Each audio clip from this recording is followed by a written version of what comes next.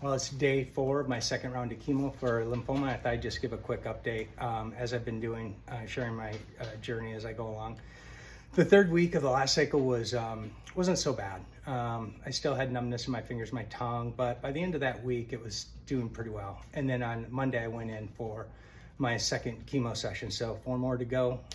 Feeling good about that. I just have to always remember as I'm just planning my day and taking things in that this is really a one day at a time kind of thing.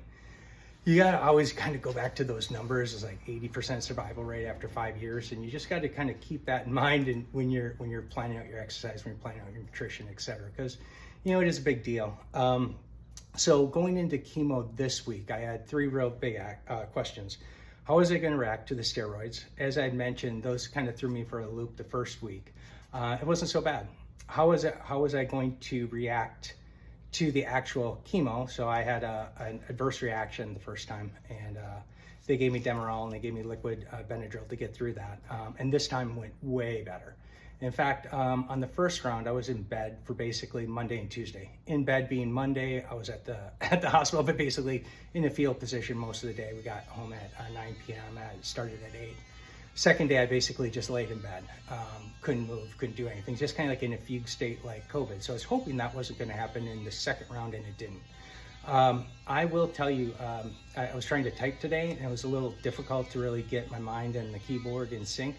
But overall, it's so much better than the first trial. One funny thing that happened was, here's how it works when you go in for chemo. So you get there, I get there at 8, and the first thing they do is draw blood. And they have to draw blood to make sure that your white blood cells and everything's at the right level before they kill them off again. That's how I take it. It might not actually be medical sound advice there, but that's how I take it anyway. There's a nurse that gets you checked in, takes your blood. Then there's a physician's assistant or the oncologist will come in and have a really long, kind of more in-depth conversation. So the first one, the nurse takes my blood, and she goes, all right. And she's reading through the paperwork. She goes, okay, so it looks like you're going to do both a shot in the stomach and an IV this time. And I'm like, whoa, time out. I don't remember anything about a shot in the stomach. Now let's take just a side step. A shot in the stomach to me is, I grew up in the 70s and 80s. I graduated in 86. I read every coming of age story about a young boy and a dog. And in almost all of them, they had rabies. And what do you get when you get a rabies shot? You get a long needle into your stomach. Maybe that's not how they do it anymore, but I don't know that.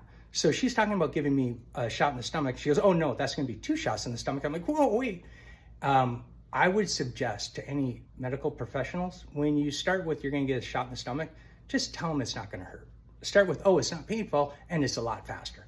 That's a better description, because I got one of the drugs in through a fatty area of my belly. There's not that much fat anymore, but lymphoma helped out with that a little bit. So I thought it was kind of funny. Anyway, so what I have to do now is figure out what am I going to do at night. So I just can't sit and watch TV from like 6 to 10 o'clock at night. So I got to find activities that aren't so endurance-based and exercise-based. So what I started doing, and I built this a couple of years ago. So we chopped down a tree up at our cabin.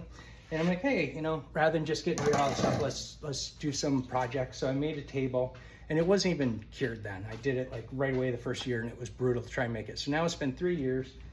I got another table. I'm getting geared up to finish sanding and put some butcher block conditioner on. I also have some cutting boards I'm going to make. I'm going to do a butcher block table up at our cabin. We have kind of an outdoor kitchen, not a real fancy one, but we have black stone and a couple grills and things like that. I have a log that's like 2 feet high, and I'm just going to put some wheels on that. I'll put it on table legs, put some wheels on it, and use it as a butcher block out at the outdoor kitchen. So that's gonna be kind of cool. And then this week, as I was just bored trying to figure out what to do, I had this old snowboard that my brother gave me probably in the 90s. So it's pretty old. It's got a little board in there that I had for my kids back in the day. So last year, I went snowboarding once. And I decided to grab some new bindings and throw them on the old board and use that board. Well, this board's so old that the bindings didn't even line up. So I had to like drill new holes in through the bindings to be able to get to attach it to, instead of 4 points of contact, just 3 points of contact. I would not recommend that for anyone that's over 50 years old going on a crappy board with crappy bindings and crappy boots, because you will hurt yourself, which I did. So there's that. So instead of using it again, I decided I was going to make something useful out of it. So it's a bench. And of course, you never do anything right the first time. So what I did notice when I sat down the first time, legs a little too far in. They need to be out here a little bit more, because you basically fall down on your ass when you sit on it. So ingenuity from me. That's kind of how this thing goes. Oh, also, if you're watching this on Facebook, I also post these on Instagram. It just gets fed over there. I guess my username on Facebook is TFM. It stands for too fucking much, 436. So TFM 436. And that kind of sums up this whole cancer journey. It's just too fucking much every day. You wake up, you're tired, and it just grinds on you. But you get through it because the alternative is worse. So have a great 4th of July weekend, everyone. And I'll see you on the other side.